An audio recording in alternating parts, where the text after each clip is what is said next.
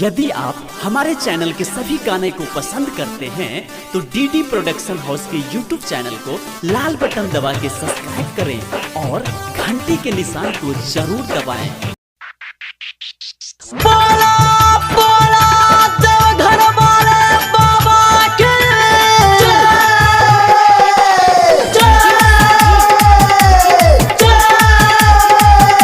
BS studio Saharsa बन के पवरिया लेके कवरिया अइबो तोरे दुआरिया में बाबा अइबो तोरे दुआरिया में सुना अइबो तोरे दुआरिया में अजलवा धरबै पूजिया संगे 3 बजे भोर हरिया में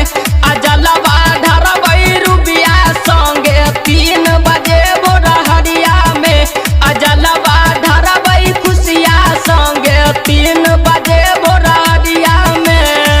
अभी आप सुन रहे हैं कृष्णा भारती निषाद को राइटर कुंदन प्रजापति। चले चले के चले धरे जाइबे गे चौरी चले के चले धरे जाइबे सुल्तानगंज से हे जलवा उठैबै चढ़बै सुइया पहड़िया प बाबा चढ़बै सुइया पहड़िया प सुना चढ़बै सुइया पहड़िया प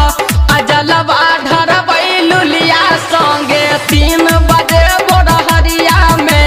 अजलवा धरबै जुलिया संगे 3 बजे भोर हरिया में अजलवा धरबै ज्योतिया संगे 3 बजे भोर हरिया में। बोला जगरा बाबा नाभेश्वर नाथ की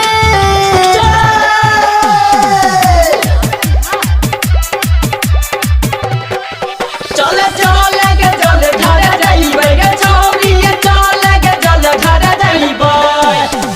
भीड़ भारी लागै छै बाबा बैजू के हो दुआरिया में बाबा देवा घरे नगरिया में सुन तोहरे हो नगरिया में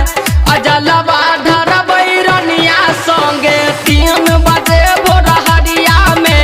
अजलवा धरबै पुनिया संगे 3 बजे भोर हरिया में अजलवा धरबै सोनिया संगे 3 बजे भोर हरिया में। बोला बोला सिंहेश्वर धाम की बीएस स्टूडियो सहरसा